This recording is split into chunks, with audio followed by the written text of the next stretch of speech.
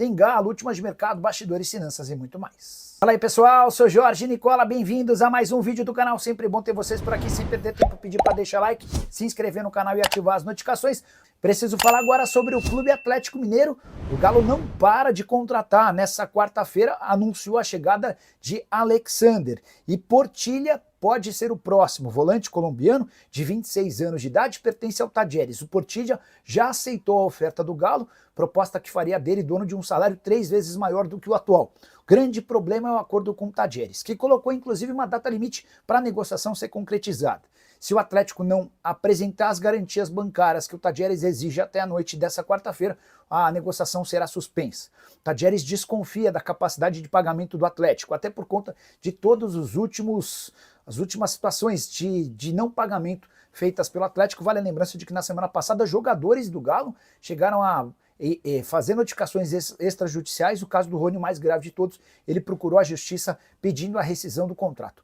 Esse problema foi solucionado, o Galo colocou as contas em dia e agora tenta convencer o Tajeres a fazer o negócio sem a apresentação das garantias bancárias, que aumenta o custo final da operação. Atlético, que já fechou a contratação do Biel, anunciou a chegada de Alexander, tem conversas avançadas com o Renier, também gostaria de fechar com o Portilha e com o Paulinho, lateral direito que pertence ao Vasco e deve chegar por empréstimo até o fim da temporada. Cláudio Rezende tem detalhes no campo e fora dele. Cláudio, um abraço, boa noite.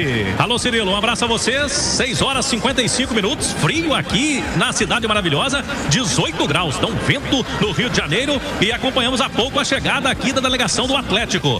No Hotel Hilton, Copacabana, jogadores chegaram por volta de 5 horas da tarde e entre os jogadores que chegaram, o atacante Dudu, que está aguardando o recurso do STJD. Se sair até amanhã, está pronto para o jogo.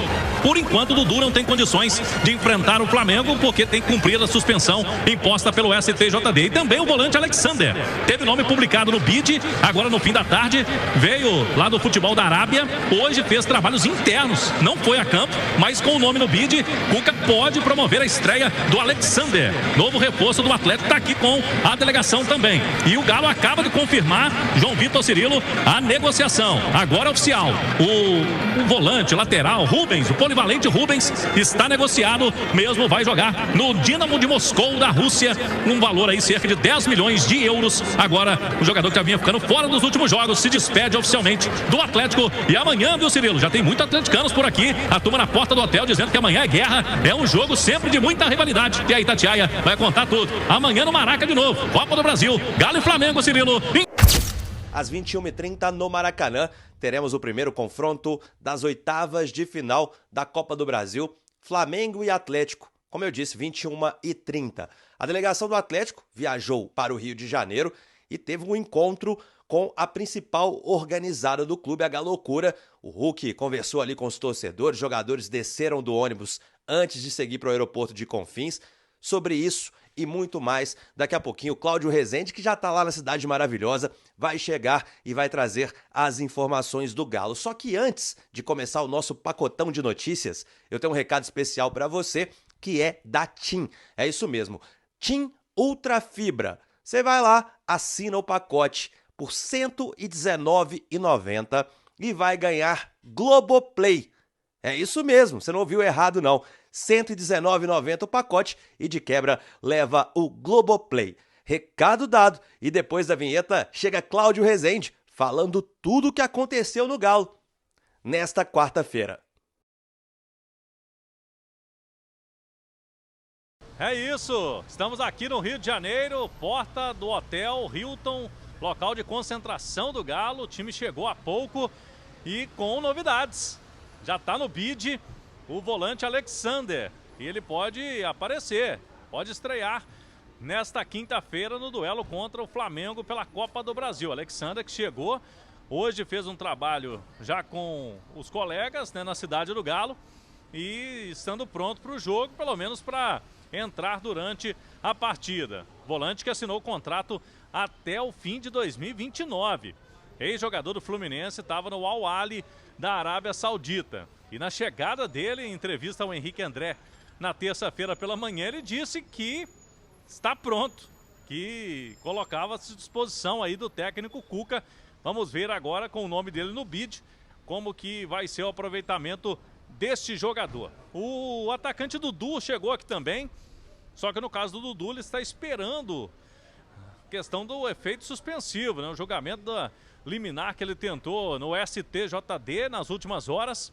Aí ele está no Rio de Janeiro esperando essa situação. Se for liberado para o jogo, é mais uma peça importante aí para o técnico Cuca. O lateral Guilherme Arana não se recuperou a tempo, não conseguiu ficar pronto para esse duelo contra o Flamengo. Tem um edema muscular na coxa esquerda e é mais um jogo fora do Guilherme Arana. O que vai fazer o treinador? O Lianco está de volta, o Cuca pode contar com o zagueiro que é titular absoluto da equipe. E se ele quiser, pode repetir o esquema, né? Que acabou dando certo. O Atlético teve um bom desempenho. O resultado não foi bom, a derrota. Mas o time conseguiu segurar as principais ações ofensivas do Flamengo durante os 90 minutos no último domingo. Com o esquema tendo Saravia junto com o Igor Rabelo e o Júnior Alonso. Ele pode colocar o Lianco no lugar do Igor Rabelo.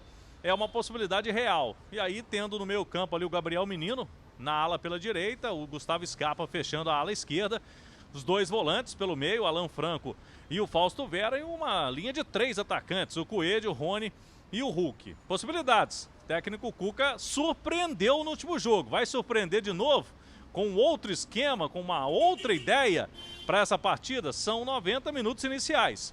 O jogo de 180, porque na semana que vem, na outra quarta-feira, tem o duelo de volta na Arena MRV para definir quem avança nessa Copa do Brasil às quartas de final. É bom destacarmos que o time classificado vai levar também para casa, né, um valor aí, um Pix da CBF de quase 4.800.000 reais. A Itatiaia marcando presença, portanto, aqui, presença de torcedores na porta do hotel.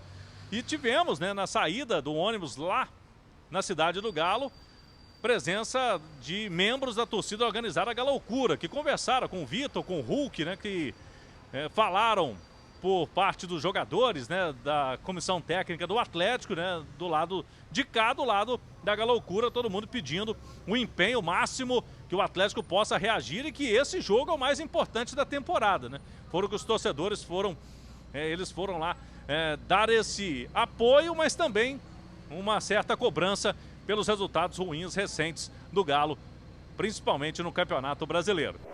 Notícia apurada pelo nosso repórter lá do Digital, o Otávio Rezende, que entrevistou o presidente do Tajeres, Gilberto Campos. E o presidente do Tajeres falou o seguinte, abre aspas, o Atlético já sabe o que precisa pagar e quais garantias deve oferecer para que a operação seja concretizada. Se isso não for feito hoje, o Camilo permanece no Tajeres. É Juan Camilo Portilla, certo?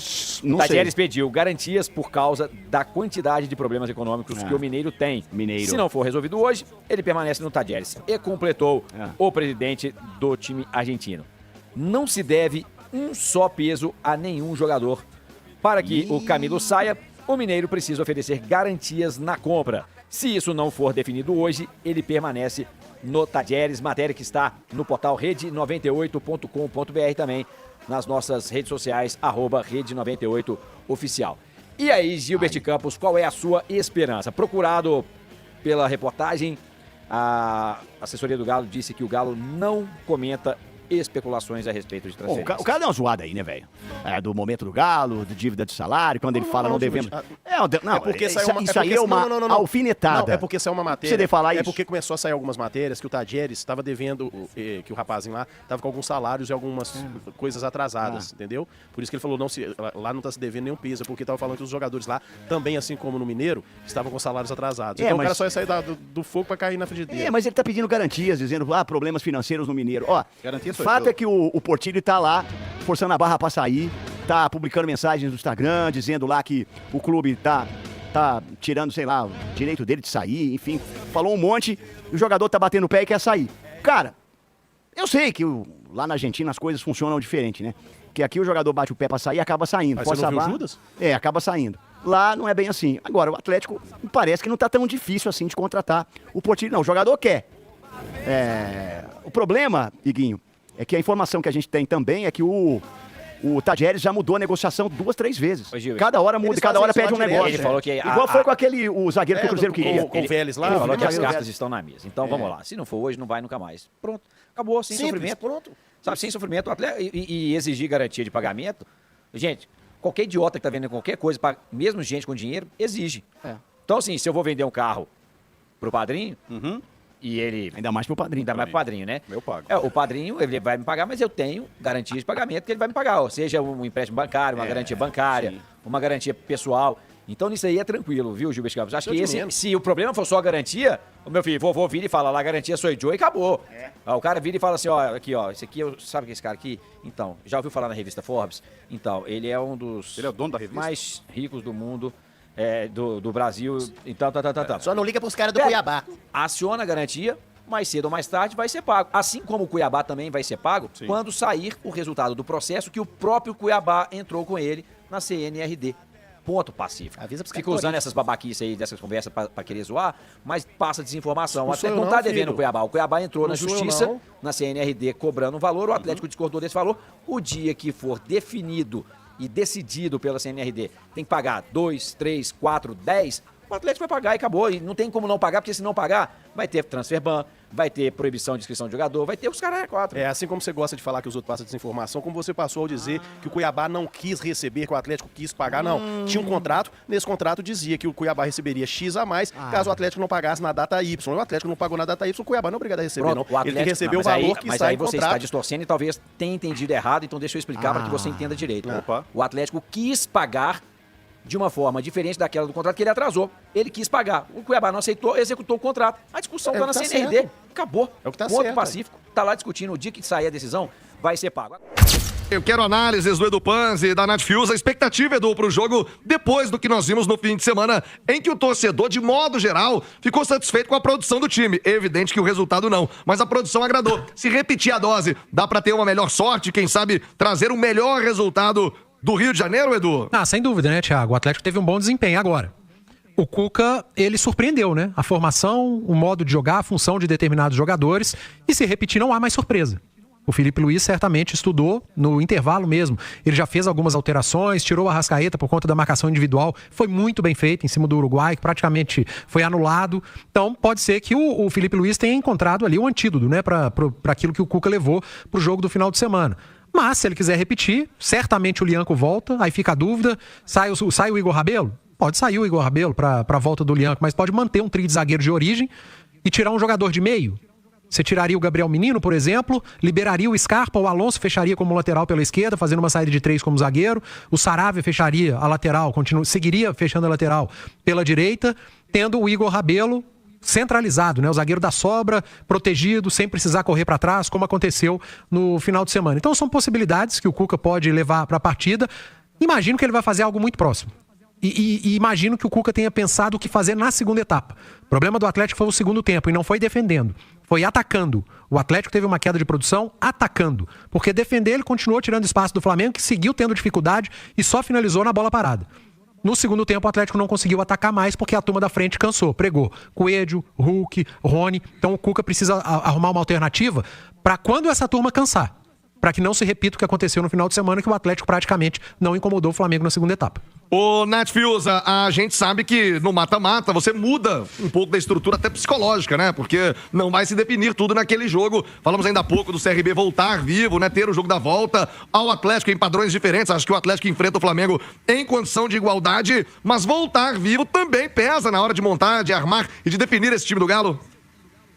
Sem dúvidas, Thiago. É porque o primeiro jogo no Rio de Janeiro, ele é obviamente o jogo mais complicado. É muito importante para o Atlético voltar com um placar em que ele consiga definir a sua vaga dentro da Arena MRV. Acho que o maior exemplo disso é justamente o que aconteceu no ano passado, na final da Copa do Brasil, entre essas mesmas duas equipes, né? Então, o Cuca, ele precisa fazer com que o time dele, como explicou o Edu, tenha poderio ofensivo durante os 90 minutos, não só durante só o primeiro tempo, como foi no final de semana, e que esse volume ofensivo, ainda que seja em jogadas de velocidade, de contragolpe, ele seja um volume ofensivo agora com mais eficiência, que parte muito aí da individualidade, né, dos jogadores de não perderem grandes oportunidades como o Rony perdeu, mas também de ter uma marcação muito encaixada para não se expor e não correr o risco de sucumbir tudo nesse primeiro jogo, porque a força maior do Atlético ainda vai ser ao lado do seu torcedor na próxima semana.